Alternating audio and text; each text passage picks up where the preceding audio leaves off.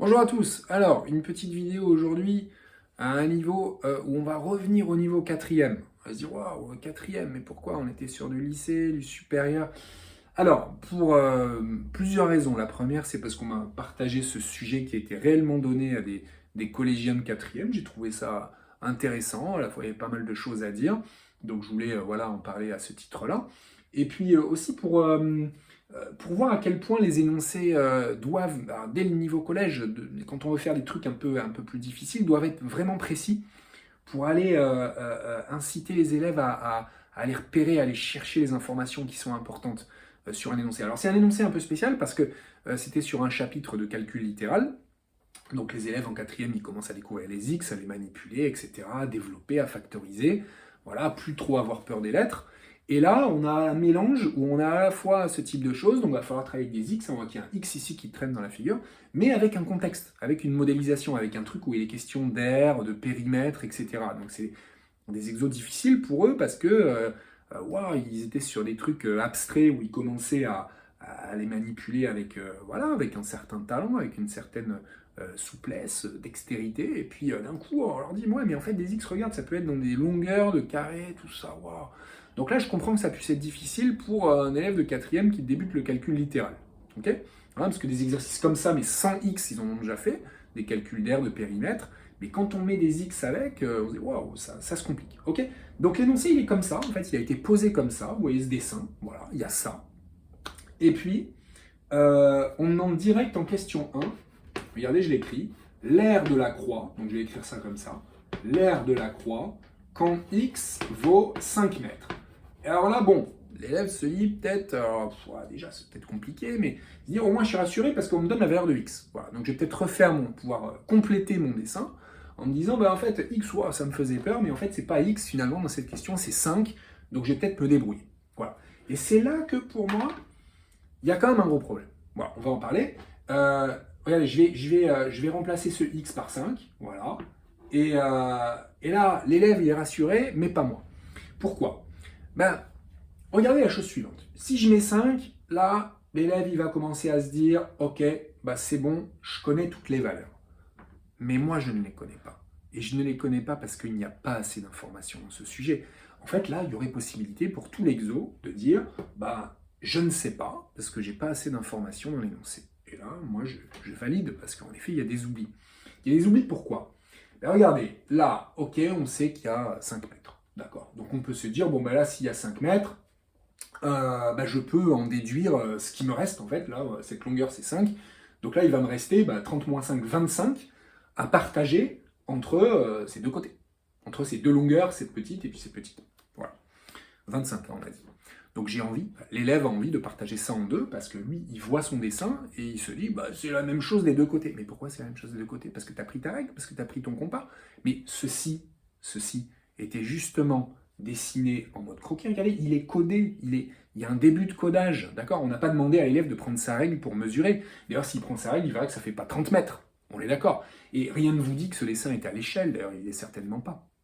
Donc il n'y a pas non plus la notion de proportionnalité à utiliser pour aller mesurer, puis faire une règle de 3 pour trouver toutes les dimensions. Non, tout est censé être dans les différentes informations qui figurent sur ce qui n'est qu'un croquis. Donc là, il n'y a pas assez de choses. Parce que regardez, on a dit 25. Ok, il me reste 25 mètres. Mais qui vous dit qu'il faut que je les partage en deux?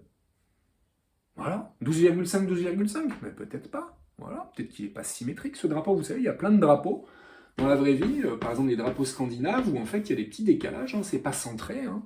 Voilà, ça c'est le drapeau, je sais pas, du Danemark, de la Norvège.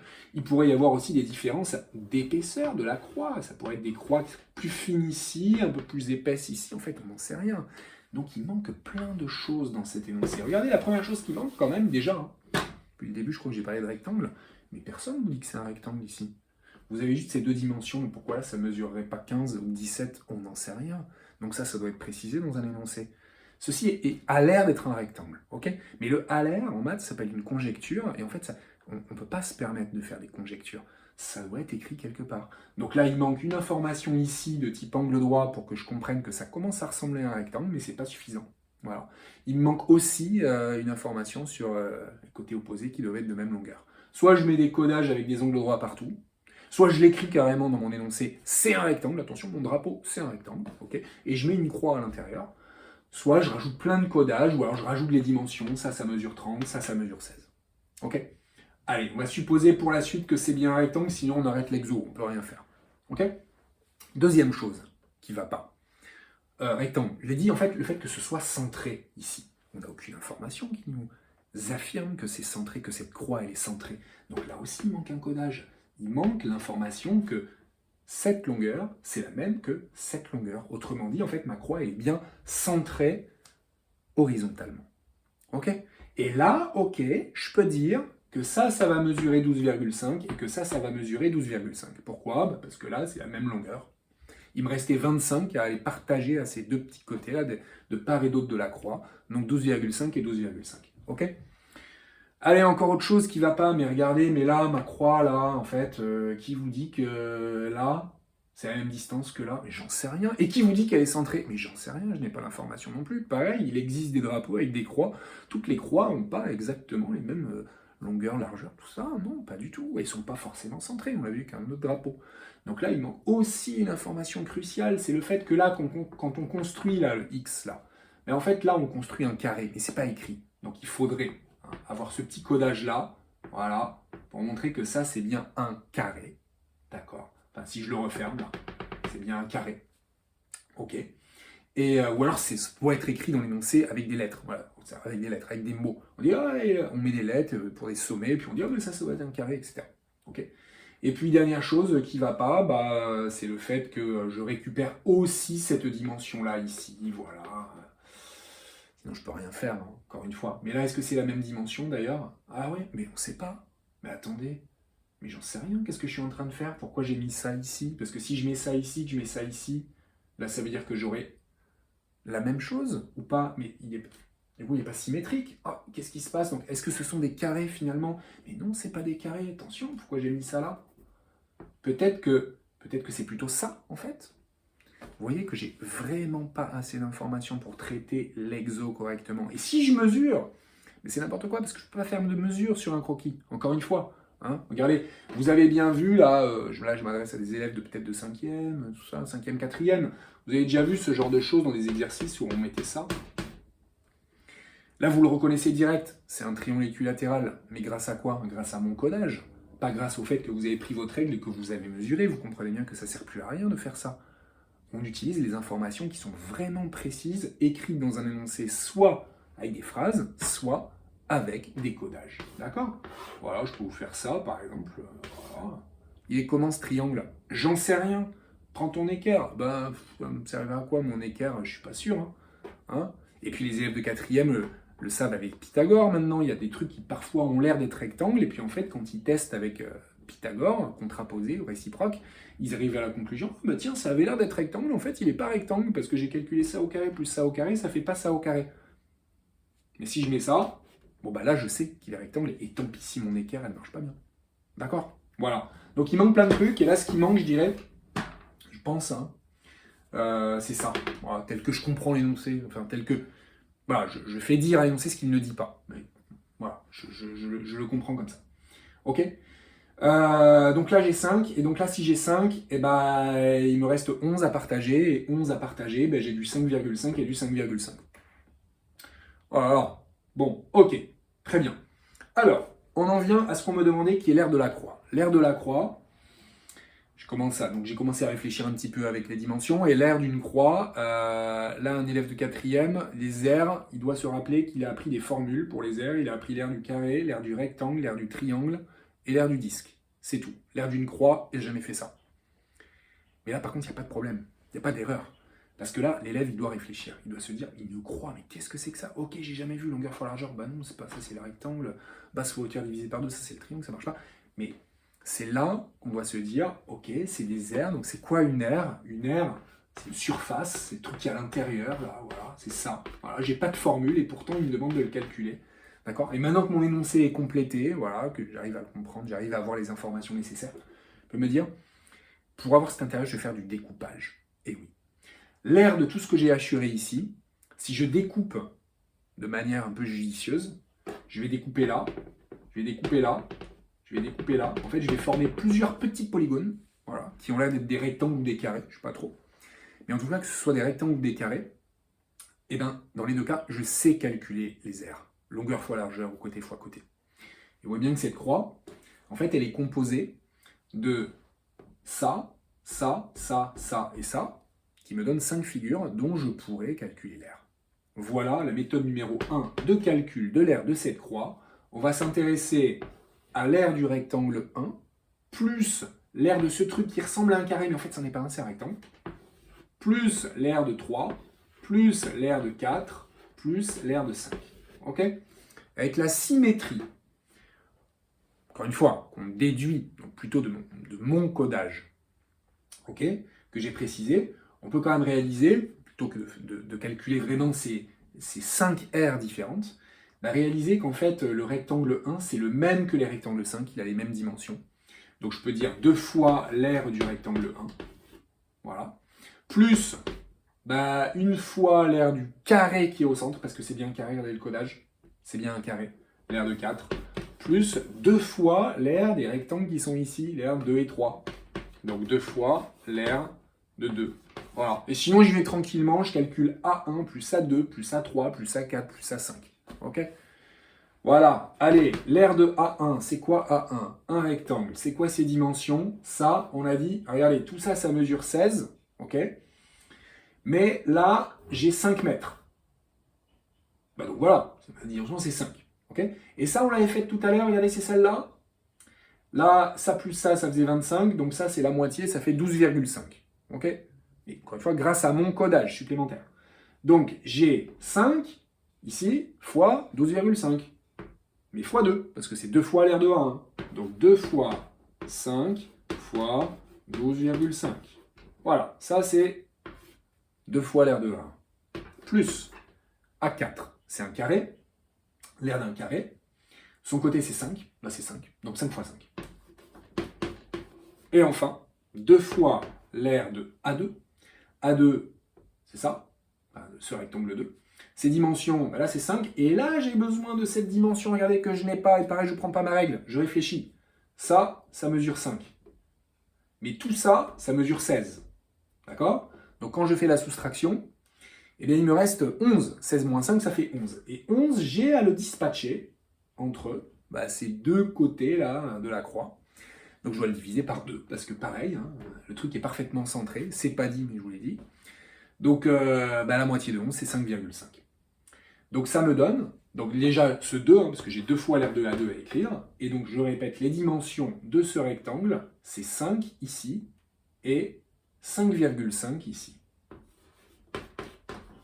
Voilà. Puis là, à la limite, voilà, vous balancez tout dans la calculatrice, vous verrez bien ce que ça donne. On va le faire à la main parce que là, j'en ai pas de calculette, hein, mais 2 fois 5, ça fait 10, fois 12,5, ça fait 125. Donc là, j'ai du 125 plus 25. Et là, ça me fait du 2 fois 5,5. Et oui, calcul malin, ça fait 11 fois 5, 55. Je fais cette somme-là, 150, ça me fait 205. 205, tiens, je vais effacer ça et je vais écrire ce que ça donne. 205, et je précise l'unité, c'est des mètres carrés. Voilà l'aire de ma croix. Ok, deuxième méthode pour calculer l'aire de la croix. Toujours du découpage, mais un petit peu plus malin, parce que là, j'ai découpé en plein de petits polygones. Et il y avait plus malin. Voilà. Disons que là, en fait, ce que j'ai fait un peu vite, mais qui n'est pas si facile, c'est de trouver les dimensions de chacun des petits rectangles et des petits carrés. Là, c'est pas si évident que ça. D'accord? Il y a plein de ça nécessite plein de calculs. Si je découpe un petit peu mieux, c'est-à-dire que je vais plutôt me dire, mais en fait, cette croix-là, si je lui rajoute ces 4 petits rectangles, ça me donne le grand rectangle dans sa totalité. Donc l'aire de la croix, c'est l'aire du grand rectangle moins cette petite aire, cette petite aire, cette petite aire, cette petite aire. C'est-à-dire moins 4 fois, parce que ce sont les mêmes, moins 4 fois l'aire de ce rectangle-là, que je vais appeler 6. Écrivons ça. L'aire de la croix, ça me donne quoi? Ça me donne l'aire du grand rectangle, que je vais appeler A grand, moins 4 fois l'aire du rectangle 6. Ok. Voilà. Alors l'aire du grand rectangle, est-ce que c'est dur ça? Ben non, regardez, parce que le grand rectangle, j'ai vraiment ces dimensions qui apparaissent parfaitement. C'est 30 fois 16. Longueur fois largeur. moins 4 fois l'aire du rectangle 6. C'est quoi ces dimensions? On en a parlé tout à l'heure, il fallait quand même faire ce travail-là. Là, on a dit 5,5. Et là, j'ai combien comme dimension? On avait dit 12,5. 5,5 fois 12,5. Voilà. Et là, l'élève, il prend sa calculette, tranquillement. Moi, je vais le faire à la main. 480. 4 fois 5,5 fois 12,5, il y a un truc malin à faire. C'est 2 fois 5,5 fois 2 fois 12,5. D'accord? Donc ça me fait en fait 11 fois 25. Et 11 fois 25, je mets le 2, je mets mon 5, je fais la somme des deux, 275. Donc là j'ai 275 et ceci me donne bien 205 mètres carrés. Heureusement, avec les deux méthodes, on retrouve le même résultat. Alors oui, bien sûr, vous ne faites qu'une méthode, celle que vous préférez. Idéalement, il faut savoir faire les deux. Mais vous ne faites pas les deux méthodes sur votre copie. Voilà cette question d'introduction qui déjà demandait pas mal d'efforts de modélisation. Il n'y avait pas du tout de calcul littéral pour l'instant, il fallait juste comprendre qu'il fallait remplacer x par 5, d'accord? Et puis travailler la visualisation, et puis essayer de comprendre quelles étaient les dimensions des petits polygones qu'on avait créés par découpage. Ok, ça marche. Alors on passe à la question 2. Et en question 2, qu'est-ce qu'on demandait à ces pauvres petits élèves de 4e? On leur demandait de donner un encadrement, je vais écrire tel quel, encadrement des valeurs possibles de x.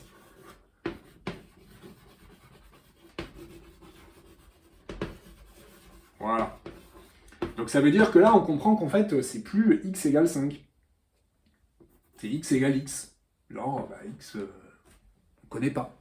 Voilà.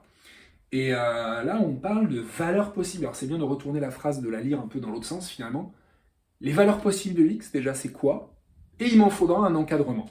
Ok? Alors, on comprend, c'est pas une erreur monumentale là, de poser la question comme ça, mais c'est vrai qu'encore une fois, quelqu'un qui serait un peu culotté dirait un encadrement possible, en fait, quand j'ai des valeurs possibles pour x, je vais lui donner un encadrement voilà, de type, c'est compris entre moins 1000 et 1 million, et puis en fait, ça c'est vrai. Voilà. Les valeurs possibles de x, elles sont bien comprises entre moins 1000 et 1 million, donc l'information qu'il fallait peut-être ajouter, c'est l'encadrement. Alors après, c'est des mots peut-être un peu compliqués qui ne sont pas vus au collège, mais avec des mots simples, le plus petit encadrement possible, en fait. Voilà.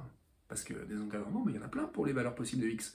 Mais, sous-entendu, en fait, x au minimum il vaut combien et au maximum il vaut combien. Et là encore, c'est un peu maladroit parce que vous allez voir la notion de minimum et de maximum, elle va être un peu délicate quand on sera à 0 et même quand on sera à 30 ou enfin, quand on sera à 16. Bon, allez, on comprend qu'en fait, par encadrement de valeurs possibles de x, ce qu'on veut, c'est se demander, en fait, x, il doit être compris entre quoi et quoi. Alors, je crois qu'il voit des encadrements plutôt comme ça, avec des inférieurs ou égales, compris entre deux valeurs. Voilà. Il me faut un truc ici, un truc ici. Voilà. Bon, d'après mon dessin, là, je fais un peu ce que je veux. Parce que c'est pas très clair, en fait. On dit, ouais, c'est une croix, il y a une croix. Mais, bon, x, je sais pas moi, si x vaut 1000, est-ce que ça a un sens? Pourquoi pas? J'ai envie de dire, en fait, ça augmente finalement mon dessin. Voilà. En fait, je dépasse 30 et en fait, ma croix, elle devient immense et elle déborde du rectangle. Pourquoi pas? Hein? Peut-être que ce qui manquait, c'est de sorte qu'on ait bien une croix à l'intérieur du rectangle. Voilà. Et oui, c'est plutôt ça qu'il fallait dire. Alors, déjà, de sorte qu'on ait une croix, tout court. Quand est-ce qu'on a une croix? On a une croix quand x, il est positif. Après, vous allez me dire, ouais, mais quand il est négatif. Alors, x là, ça a l'air d'être une distance. D'accord? Parce que en quatrième, ils ont vu les nombres négatifs. Mais comme x a l'air d'être une distance, on se dit, x, il faut qu'il soit positif quand même. Parce que sinon, une distance négative, ça, ils savent, ça n'existe pas. Donc, positif. Bon, x. Donc, positif, déjà, j'ai envie de mettre 0. Voilà. Et ça, c'est déjà un encadrement positif. Enfin, c'est déjà, donc après, ce qu'ils appelleront un minorant. Mais peut-être qu'il y en a qui peuvent être embêtés par ce 0 inférieur ou égal. Est-ce que x peut être égal à 0? En fait, pourquoi pas? X, s'il est égal à 0, là, j'ai pas de distance. Et je peux quand même considérer que ça va former une croix, mais qui sera d'épaisseur nulle. En fait, ça sera juste un trait. J'aurai pas d'épaisseur. Pourquoi pas? Après, si on veut vraiment que ce soit une croix qui soit pleine, c'est-à-dire que je puisse colorier, d'accord? Et bien là, il faut que je mette strictement. Parce que sinon, j'ai une croix qui est en fait réduite à un segment. Hein, ici. Voilà. Et moi, je veux peut-être, mais encore une fois, c'est pas dit, mais qu'elle ait une certaine épaisseur, cette croix. Dans ce cas-là, je mets que x doit être strictement positif. Ok ? Et puis là, je m'apprête à dire, mais alors attends, maintenant je comprends bien les choses, cette croix-là, peut-être qu'elle peut peut-être être plus épaisse, mais jusqu'où est-ce que par exemple x pourrait être égal à 40 ? Ben, comme je l'ai dit tout à l'heure, le problème c'est qu'elle déborderait du rectangle. Donc il faut bien l'arrêter quelque part en fait, cette croix. Mais je l'arrête à quelle valeur ? Ben regardez, en fait, ma croix, je pourrais la dessiner vraiment très très large. Hein, comme ça, alors, wow, ça reste une croix. Pourquoi pas ? Ça reste une croix. Et là, vous voyez bien que, en fait, là, cette distance-là, elle se rapproche quand même de 30 mètres. Alors, au maximum, elle vaut combien ? Ça, c'est la question qui tue, parce qu'au maximum, je m'arrête à 30 ou pas ? Ou juste avant 30 ? Ça aussi, c'est un peu délicat pour les élèves de 4e. Bon, je peux me dire, je vais m'arrêter à 30. Le problème, c'est de m'arrêter à 30. Et en fait, je verrai même plus de croix. Parce que là, on voit encore une croix. Regardez. Ah, je la vois, la croix. Elle est très grosse, mais je la vois. Mais le problème, c'est que si, en fait, ma dimension de x, elle fait 30 pile, ben en fait, regardez, ça va aller jusque là, je verrai plus de croix, en fait. Imaginez que la croix, elle est coloriée, par exemple, en rouge, et que là, c'est du blanc, ben je verrai plus que du rouge. Et ça, peut-être que ça gêne le concepteur de l'énoncé, qui s'est dit, ah non, mais moi, je veux que ce soit une vraie croix telle qu'on peut l'imaginer. Là, on dépasse un peu le cadre des maths. Bon, on comprend qu'il ne faut pas que ce soit égal à 30, sinon je vois plus de croix. Voilà, mais on comprend que ça peut aller juste avant 30. Juste avant 30, donc je vais mettre un strictement inférieur à 30. Voilà. Par exemple, si je suis à 29, bah regardez, en fait, ma croix, elle s'agrandit, elle s'agrandit, elle s'agrandit. Et là, je suis à 29, donc ça veut dire que j'ai 0,5, 0,5. Mais on peut comprendre que je peux encore l'agrandir. Si je mets 29,9, bah j'aurais bien un tout petit truc, 0,05, 0,05. Mais ça sera quand même une croix. Elle sera très peu visible, parce qu'elle prendra presque toute la place, mais elle sera très peu visible. Ok ? Donc je mets un strictement. Bon, bah, figurez-vous que c'est pas bon, cet encadrement. Pourquoi ? Parce que je me suis occupé que de ce côté, d'accord ? De la largeur du rectangle, mais il y a aussi ça, quand même. Là, si je mets par exemple 25, voilà, une croix qui mesurerait 25, bah, pourquoi pas ? Il me reste 5 à partager en deux, donc j'aurai 2,5, 2,5. Ce serait là, par exemple, là j'aurais 2,5, 2,5. Mais n'oublions pas que x, ici, là, cette dimension, je dois la retrouver aussi ici. Parce qu'elle n'était pas écrit dans l'énoncé. Mais je dois la retrouver ici. Et que là, si ça mesure 25, ben ça déborde de mon rectangle qui est censé avoir une dimension de 16. Et donc en fait, c'est plutôt sur ce côté-là qu'il faut que je regarde un petit peu quel est mon nombre à pas dépasser. C'est pas 30 en fait. C'est 16 qu'il ne faut pas que je dépasse. Et pareil, je m'arrête, c'est strictement inférieur à 16, parce que si ça fait 16 piles, ben, je vois plus de croix à cause de ce que je vois, ce qui est en bas. Là. Ok ? Et par contre, quand je suis juste un peu avant 16, ben, la croix, là, elle va être très très haute. Voilà. Mais par contre, j'aurai encore pas mal de place ici, en horizontal. D'accord ? Elle ressemblera à ça, ma croix. Bon, il n'y a plus grand-chose sur mon tableau. Et vous voyez que là, il me reste de la marge. Parce que si là, je suis à 15, par exemple, si là, je suis à 15, d'accord ? Ben là, en étant à 15 ici, bah, il me reste 15 mètres à partager entre ces deux petits côtés-là, de part et d'autre. Hein. Donc là, j'ai de la marge. Okay, bon, voilà l'encadrement qu'il fallait trouver. Voilà, la formulation était un peu délicate, le fait qu'il est strictement aussi. Mais bon, allez, on va dire que ça passe. Ok. Bon, ça n'impacte pas du tout le reste du sujet. De toute façon, hein, ça c'est plutôt en lien avec ce qu'on fait plus tard, à partir de la seconde, avec la notion de domaine de définition pour une fonction. Là, oui, on devrait être précis, et puis aussi sous forme d'intervalle.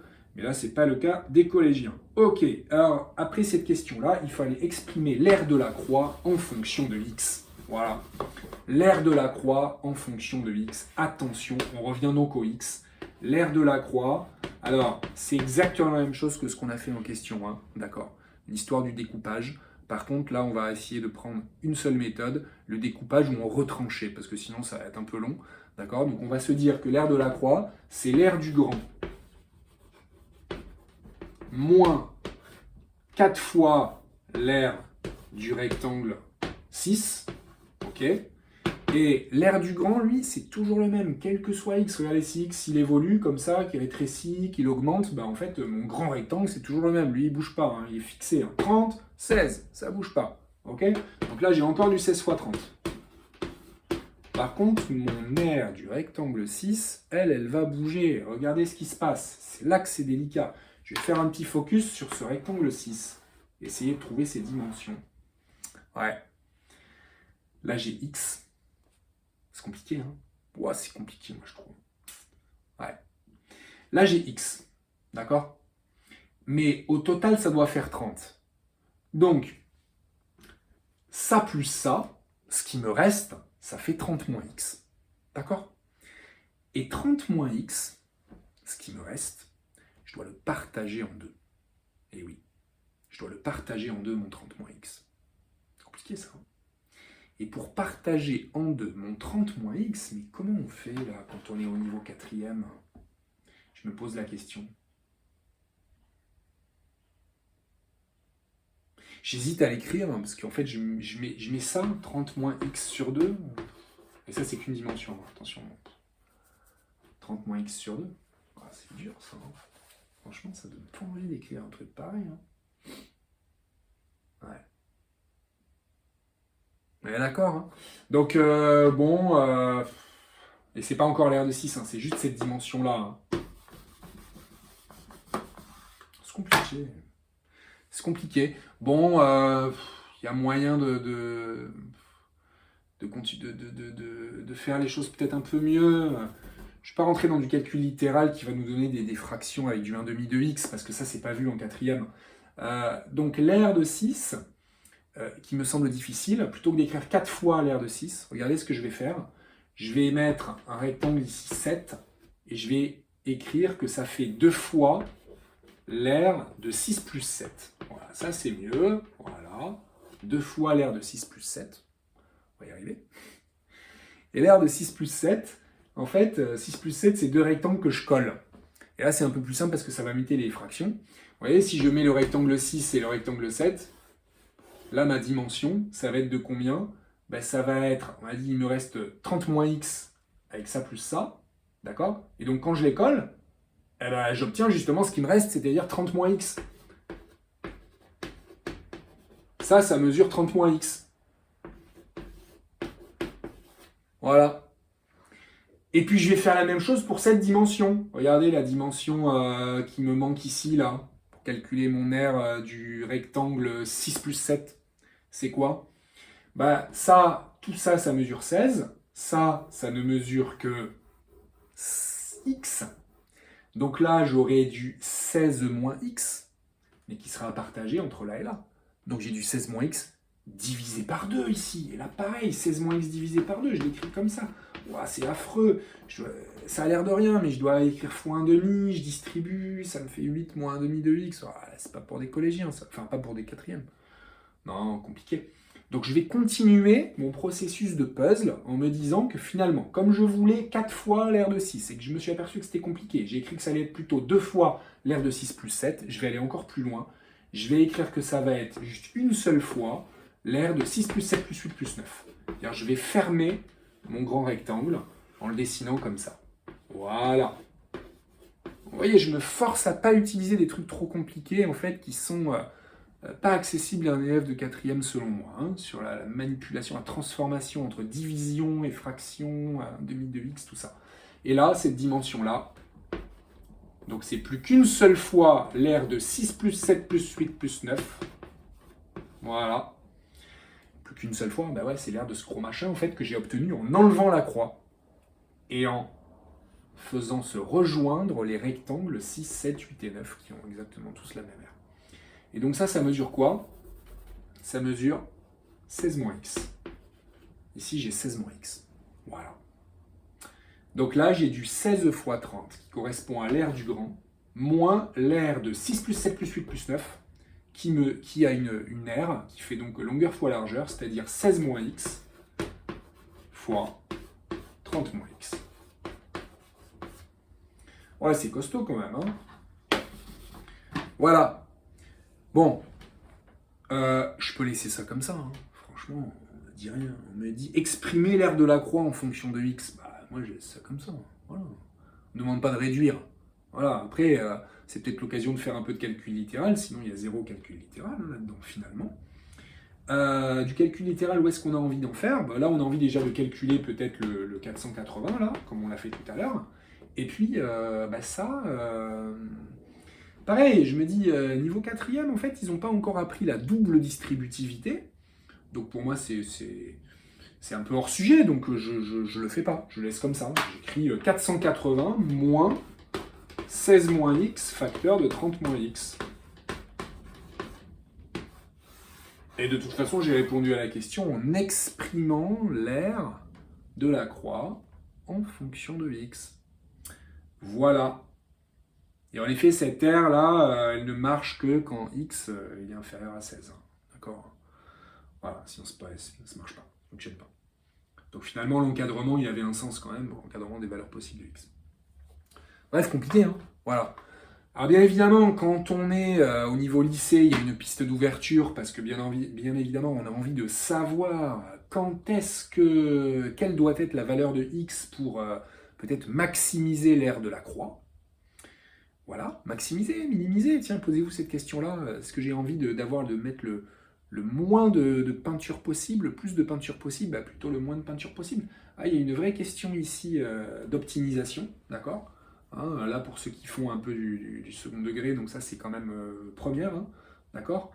On va avoir ici un polynôme du second degré avec un petit a qui est négatif. Donc si le petit a est négatif, on a un truc comme ça. Donc en fait, on va avoir une valeur pour laquelle cette aire va être maximale. Vraiment? Maximale? Bah ouais, certainement, mais avec les contraintes que j'ai, c'est à voir. En tout cas, on va avoir une parabole, un truc, et puis on va essayer de voir si on peut où mettre le curseur dans un domaine de définition bien précis. Bon, là, c'est hors sujet pour les quatrièmes. Ok, je passe au bonus, qui est, lui, hyper intéressant, le bonus. Regardez, ça, c'est hyper intéressant en termes de modélisation, pas du tout en termes de calcul littéral. Je vous le montre. Ce petit bonus. On me demande, dans le bonus, de calculer le périmètre de la croix. Voilà, périmètre de la croix.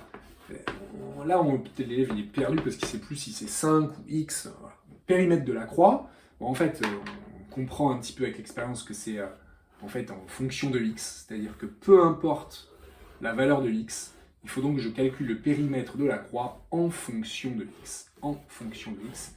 Et le périmètre, pareil, pour une figure qui s'appelle une croix, bah on n'en sait rien, on n'a pas vu la formule du périmètre d'une croix. Donc il faut se rappeler que périmètre, même pour ceux qui font peut-être du grec, est-ce que ça existe encore des gens qui font du grec ancien au collège, je ne sais pas. Péri, c'est autour. Périmètre, c'est je fais le tour. Voilà.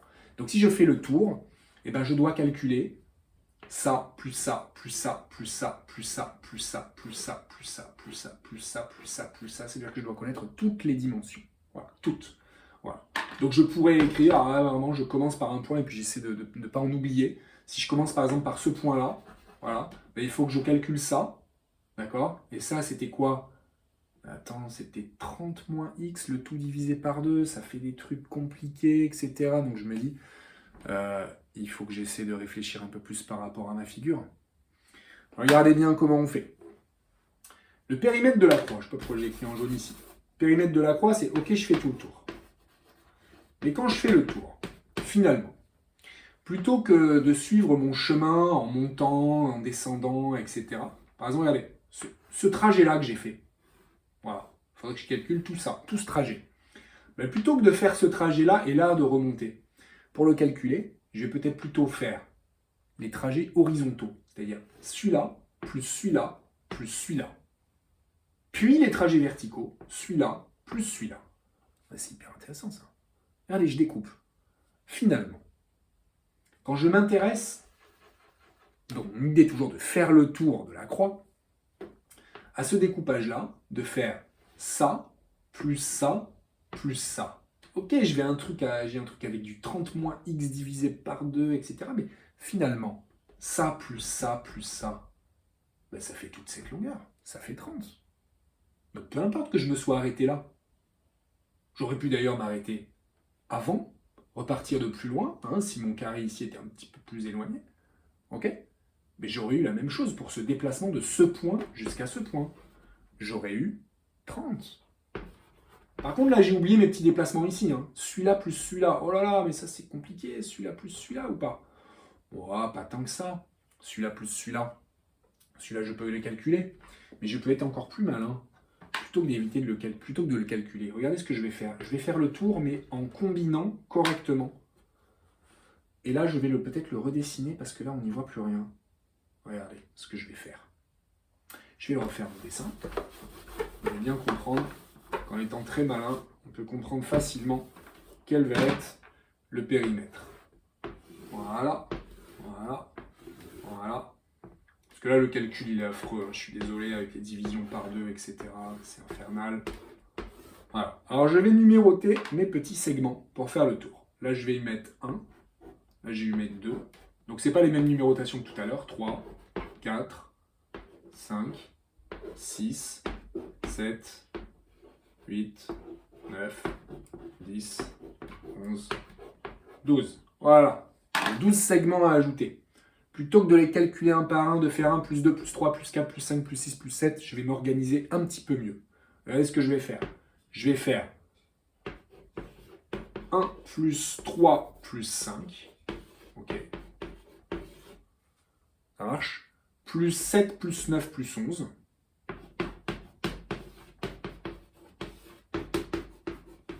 Et je répète, ils sont horribles à trouver tous. Hein. Plus, qu'est-ce qui me manque? Tous mes déplacements verticaux, c'est-à-dire 4 plus 8, 4 plus 6 plus 8, pardon.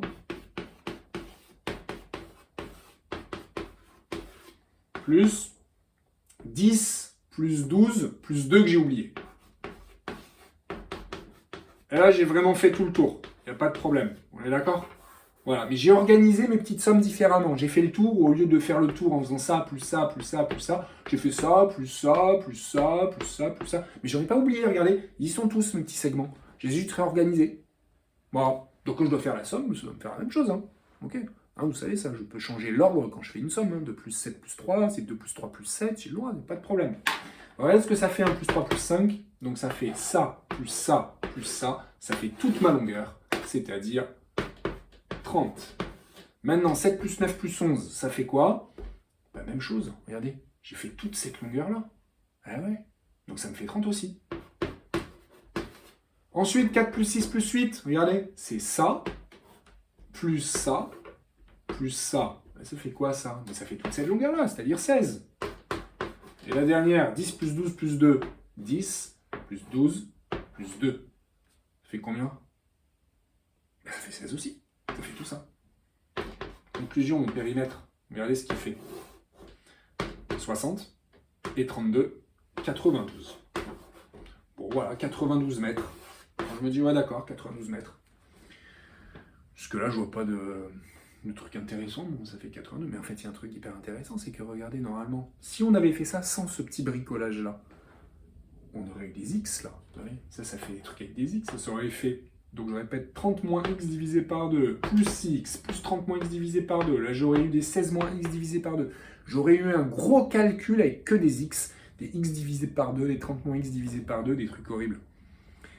Donc a priori, quand on fait du calcul littéral avec des x, à la fin, il y a des x. Hein. Quand vous faites du développement, les trucs comme ça, les additions avec des x, 3x plus 2, plus parenthèse, 4x plus 4, à la fin, il y a un truc qui ressemble, je sais pas, 5x plus 2, même des x carrés. Mais là, il n'y a plus de x, regardez, il n'y a pas de x. Eh oui, bah oui, il n'y a pas de x, il faut avoir confiance en notre découpage. C'est-à-dire que peu importe la valeur de x, d'accord? Voilà, x était là. Même si on prend une croix qui est beaucoup plus comme ça, par exemple, voilà. Une croix comme ça, voilà, qui est très mal dessinée, vous le voyez, un peu plus grosse, et ben le périmètre c'est le même. Incroyable, hein. Même si je fais une croix toute fine comme ça, ben le périmètre c'est le même. Voilà. Voilà ce que me dit mon calcul finalement. Et donc j'insiste, si vous aviez fait la méthode de calcul du périmètre traditionnelle en faisant 1, plus 2, plus 3, plus 4, vous auriez eu plein de x, des trucs horribles avec des 3 moins x, plus 16 moins x, etc. Et en fait, à force de les ajouter, plus 6, plus 16 moins x, en plus avec des divisions par 2, etc., à force de les ajouter à la fin, tous vos x, ils se seraient barrés, il n'y aurait plus de x, il n'y aurait plus eu que le 92. Donc bien évidemment, ça valait le coup d'essayer de réfléchir un petit peu sur comment réorganiser votre périmètre pour pouvoir aller au bout. Bah voilà, quel sujet, le 4e. Bon niveau, hein. Incroyable, hein.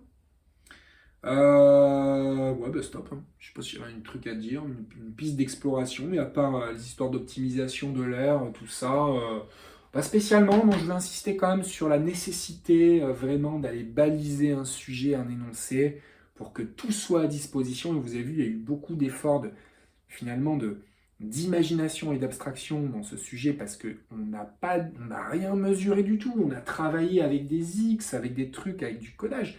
Et donc vous voyez bien qu'on ne peut pas se dire ah ben oui, on le voit que c'est au milieu. Mais non, on le voit pas, on n'a pas le droit de croire que c'est symétrique parce que ça a l'air d'être symétrique. Il faut que toutes les informations figurent sur l'énoncé, une règle de base.